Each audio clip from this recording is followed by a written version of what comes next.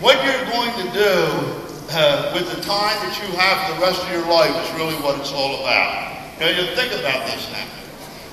We all have the equal amount of time. Doesn't matter where you came from. Time is a great equalizer. We all have 24 hours a day, 7 days a week, 4 weeks a month, 12 months a year. Right? Right. Does anybody have more? I would like to borrow it if you do. I pay interest. Okay, how many years you have? We don't know. When the good Lord, or when the universe calls, it calls. We don't know, do we? Life is fragile. You take OPC3, you take Prime, you take Isotonics, you live a little longer. But it's not how much time we have, it's what we do with the time. Now on my property, on my estate in Miami, Florida, USA, there's a statue of Father Time. It sits between the guest house and the entertainment center and our private house.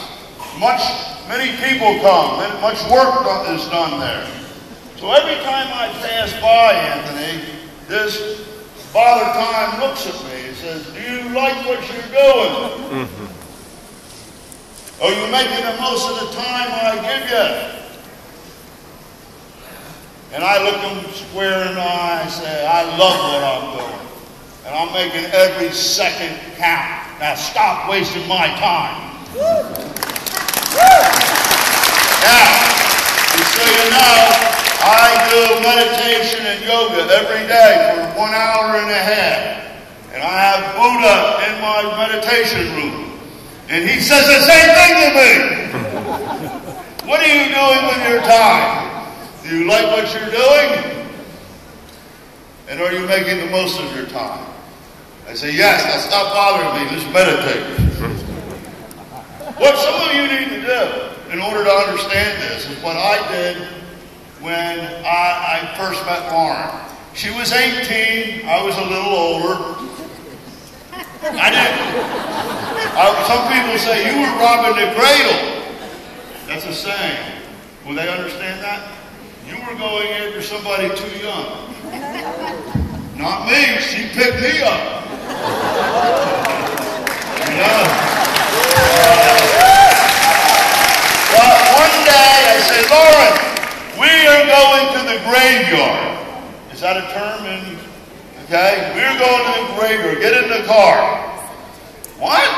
We're going. I said, come on, come with me. Cemetery. We are going to the cemetery. Okay, so she thought I was crazy. No, we're wasting time. We have to wake up. Let's go to the cemetery. So she got in the car. Now, she had not been dating me very long, and I think she thought I was a psychopath, crazy. But we drove to the graveyard, and yeah, and I said, get out of the car, come on. So we started walking up and down the rows of gravestones. You understand? Tombstones. And, you know, let's find one that we like. Let's find one that we like. Oh, here's one. Is this where I'm supposed to do this at? Where's the camera? Look at this. Joe and Betty, his wife next to him. Joe! You won't believe what we found, man. You won't believe what we have. We found Market Home.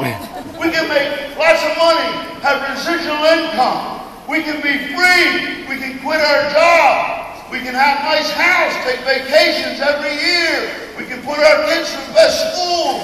We can really have a great time. Get up, Joe. Get up, Joe. Come on, man. Do it with me. Joe, come on. This is a chance of a lifetime. We can live it up. We can have a great life. We can be free. The doggone thing just lays there. Too late. Too late. Like a lot of people that you talk to, maybe. I hope you're not. But isn't it odd that every one of these tombstones, gravestones, has a birth date and a death date? And isn't it funny that you had very little to do with when you were born? You couldn't decide that. In fact, you didn't want to be born. You came out screaming, protesting, upside down and naked. True or false? And then you have very little to do with the death date. Life is fragile. We don't know what's going to happen or when we might go. Again, you could take OPC3 and Prime and maybe extend it a little bit. But when the good universe calls and something happens, it's time to go. One thing I know for sure, nobody gets out of life alive. Nobody gets out of life alive, do they? Not in this carnation. So, that death thing, we don't want to go either. We go upside down, naked, and bald again. And we're not screaming, but in a whisper. Wish I didn't have to go. Isn't that true? But the most interesting thing of all is between every birthday and death date that we had nothing to do with and no control over, there's a dash. Every single one of them has a dash. Different dates, different times, but every single one of them has a dash. And here's the question. What did you do with the dash? What did you do with the dash? And that's fundamentally what this is all about today. What are we going to do with the dash? Let our life pass us by? Does our life become the 45-year plan? If they wrote a book at the end of your life, what would it say? Got up, went to work, came home. Got up, went to work, came home. Got up, went to work, came home. Lost dreams. Got sick. Got well. Got sick again. Died. End of story. Not very interesting. No. So, you see,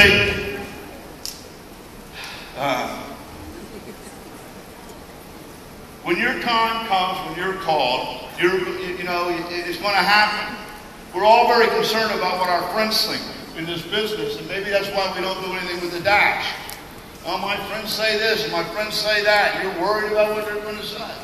But when your day comes, and you're called,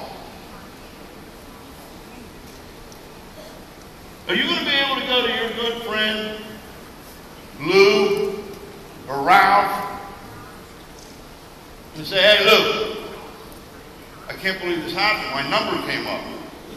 I got to go tomorrow. I got to die. My time came. My number came up. You understand? Yeah. What am I going to do? Ralph, you're my best friend. We've been friends my whole life. And I got some stuff to do. I'm not done. I have a to-do list. I have to take care of some business. And, I didn't finish a 2 to 3 year plan. I had to go field vice president. Will you take my place? I mean, come on, you're my best friend. You take my place. Is he going to take your place?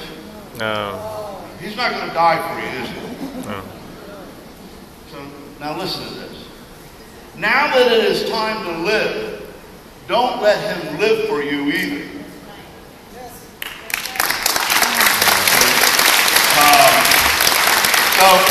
And what happens? People don't intend for this to happen. We get a job. We're ambitious. I'm going to go to school. You get out of high school or college, and you get a job. And you have visions of a better life. You worked hard. You were told you would make it. You would make good money and have a nicer condo or a house, and build up some savings and you do good. So you get the job believing that, and you go back and forth to work every day, answering bells. Everything that goes right, somebody else gets credit for. Everything that goes wrong, you get blamed for.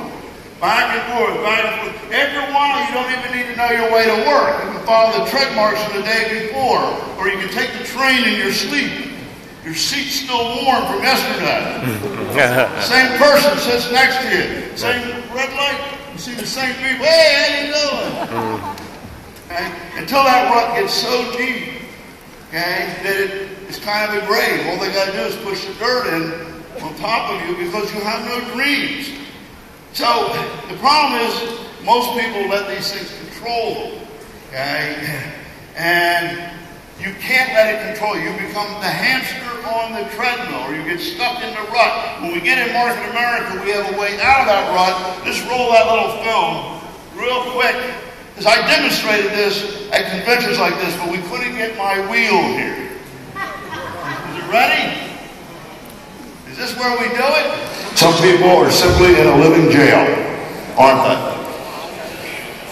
But here, when you get in Market America, we take the key, we open it up, open the door, and let you out, and some of you just stay in there.